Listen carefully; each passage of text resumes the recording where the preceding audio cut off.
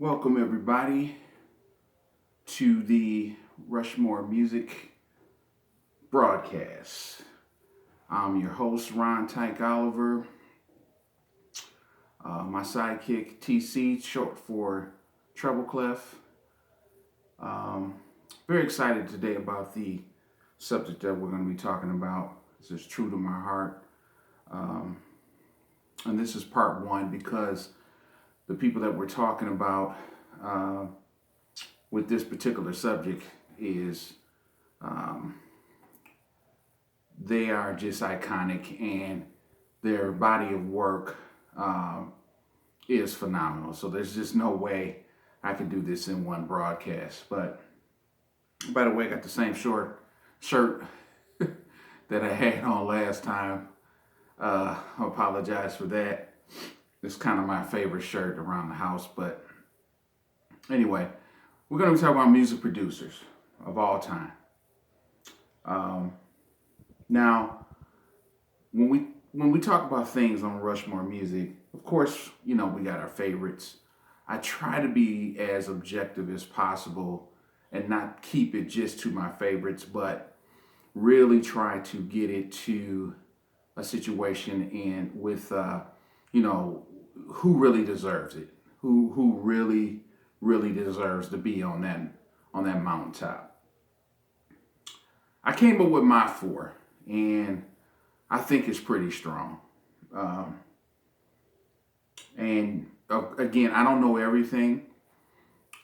There are music producers in all kinds of genres, and but these four to me really stand out because of their impact on music in general. And there's just no denying one of the gentlemen is Quincy Jones, and I could go on and on and on and on about this dude.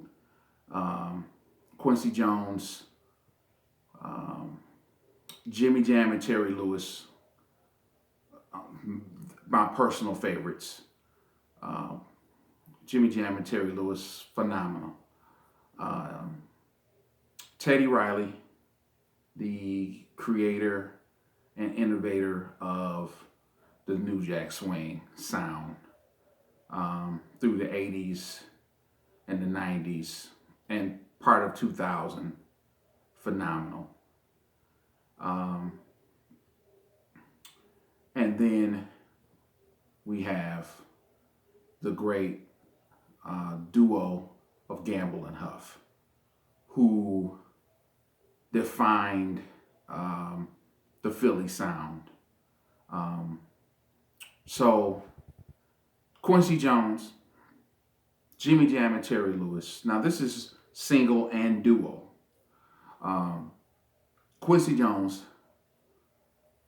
Jimmy Jam, and Terry Lewis, Teddy Riley, and Gamble and Huff. Now, again, I'm going to say this again. By the way, again, Rushmore Music is about uh, a platform where we discuss and debate with music producers, musicians, music historians, and the passionate music lover. Um, and we debate and discuss the best of all time. Now, again, I have my list, and this is the Rushmore music list. We want you to chime in at any time if you want to comment, or uh, you have a better list, or you wonder why I left somebody off.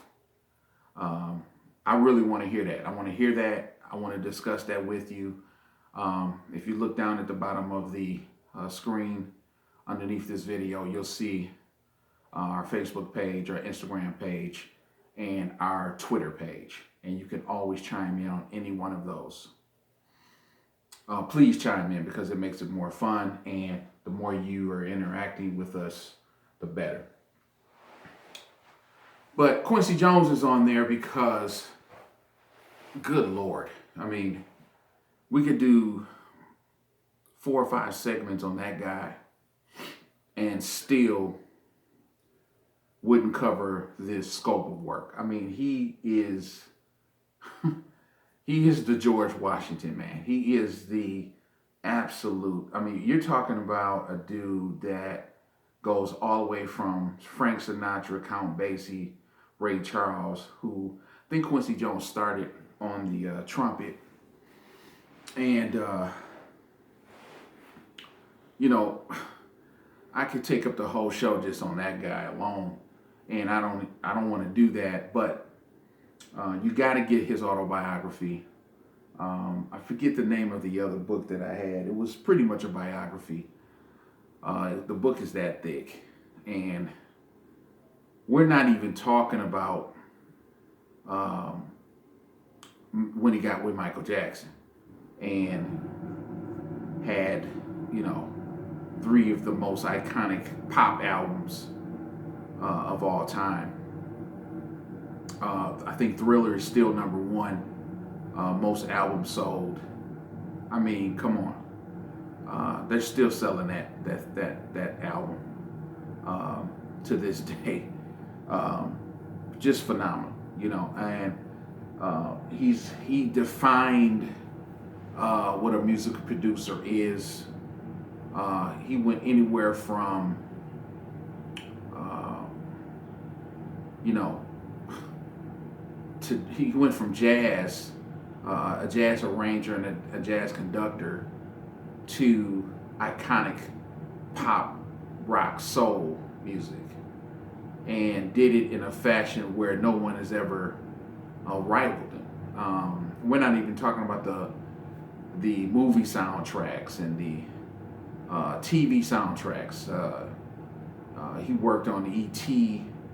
soundtrack. I think just before he was working with Michael Jackson on Thriller. Not to mention his own personal work. If you go back and you'll see one of my favorite albums by Quincy Jones is The Dude. I think it's an iconic album. And it will be one of the albums on Mount Rushmore all-time iconic albums. The outside person who's not passionate about music may not have ever heard of it or know anything about it, but musicians should know about that album, the Dude album. Unbelievable album. And when you hear that album, you hear why his magic and Michael Jackson's magic worked. It was just phenomenal.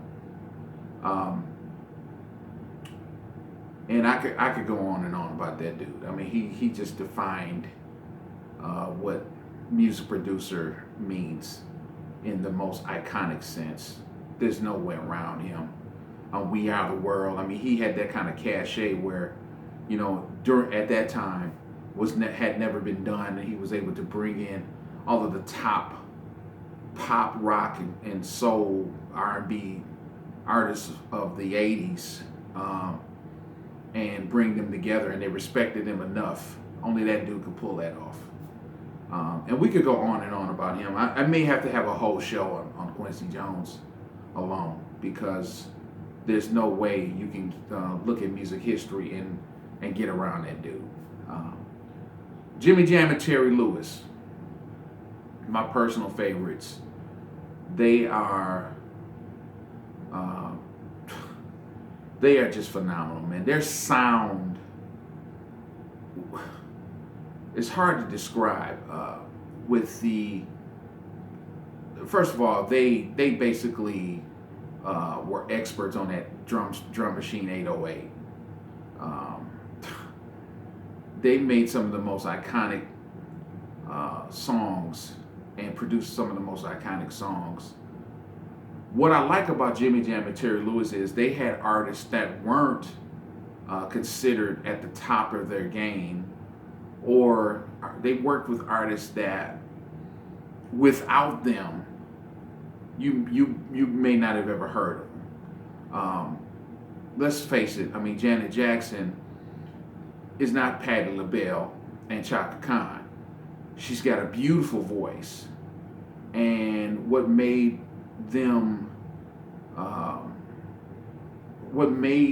when they worked with her so magical was because they were able to take her voice and make it actually a part of the instrumentation. And when you listen to those albums with Alexander O'Neal, and then the iconic Heartbreak album by New Edition, um, and then the Human League. I mean, I'm only human. I mean, is there anything like that on the radio? There is not a song like that. And it's a typical Jimmy Jam keyboard magic with Terry's backbeats and beats and these beautiful lyrics. And they did that on just about everybody's albums that they worked on. And the mix of pretty, beautiful chords with these funky beats in behind and these strings, and everything was just melodic and open on the music that they made. Just incredible music producers, man. I mean, they're just my favorite. I can't get enough of those guys.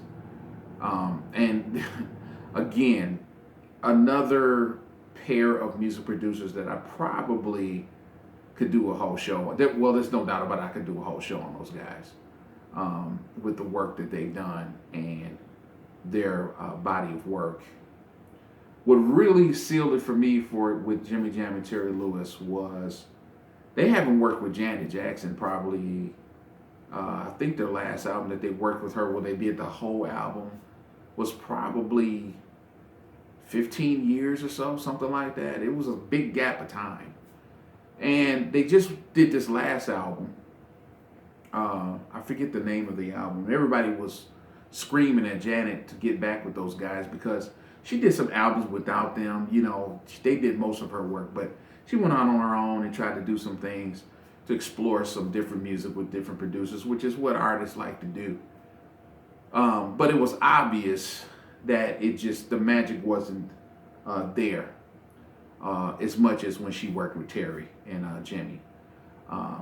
So people were just waiting and waiting. I know I was for them to get back together and work on an album together.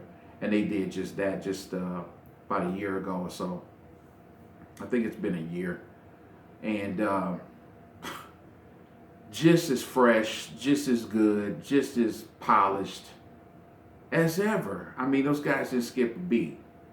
Her sound with the sound that they give her and the songwriting and the melodic compositions, phenomenal.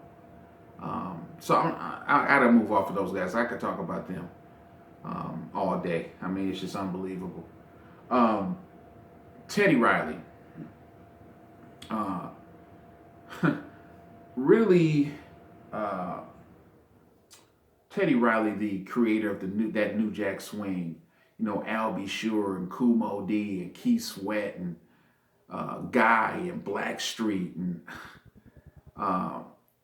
this guy had a sound that was just unmatched. It just that swing beat that he put in the music, along with the ballads that he created.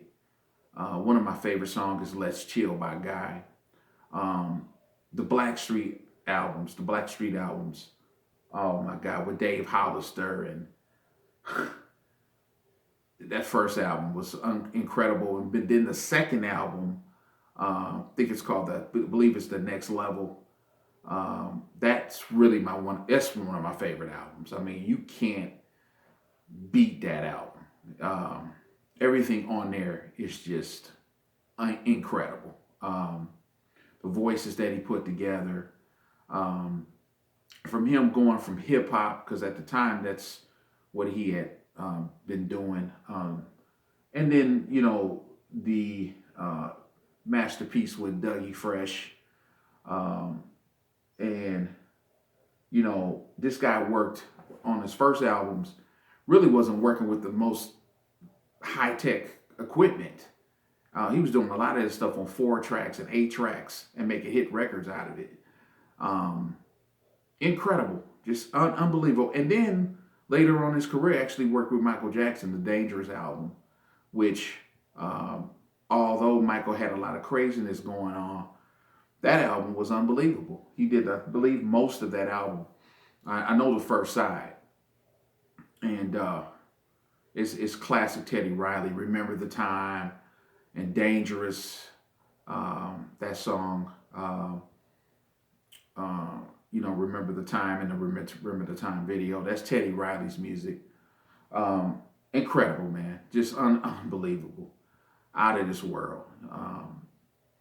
And then there's Gamble and Huff, who 70s Philly sound. I put them on there because they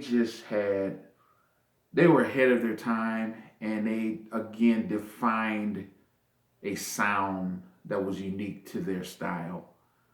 The work they did with Teddy Pendergrass, and they had that 70s soul with songs that they did with the Jackson 5. And as they were, getting older, and I'm missing some people, but I forgot who I was thinking about.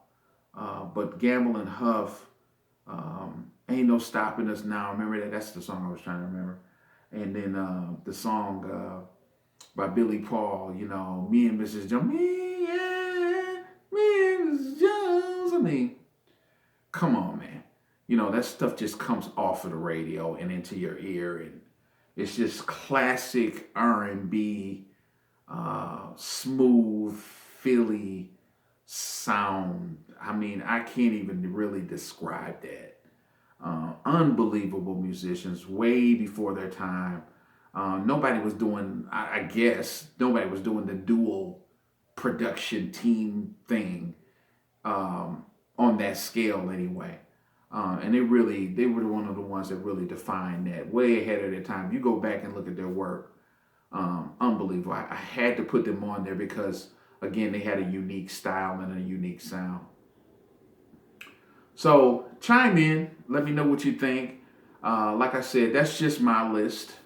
I really didn't have any rock, music producers, because I would love some feedback on that. Classic rock producers, of course, the Beatles producer George Martin definitely was under consideration. Pharrell, honorable mention. Timberland, Dr. Dre, with Snoop and that whole thing. A lot of iconic music producers that did not make it on my list and did not make it on my mountain, but those are just the ones that are coming off the top of my head. But I would love to hear from you. Subscribe to my YouTube channel and go to our Instagram, our Twitter, and our Facebook, and chime in and give me some feedback on the music producers situation. And I think I'm going to continue this on because I really want to go back and talk about Quincy Jones, Jimmy Jam, and Terry Lewis, and expand that talk a little bit longer. So this is Ron Tyke Oliver. They call me Tyke. Just call me Tyke. That's my nickname, Tyke. TC, Treble Clef, my sidekick. Don't forget him. He's always here with me. Chime in. Have a good weekend if I don't broadcast again. But we want to discuss these things more and more and more. We're going to have fun at Rushmore Music. I appreciate you guys listening. Take care.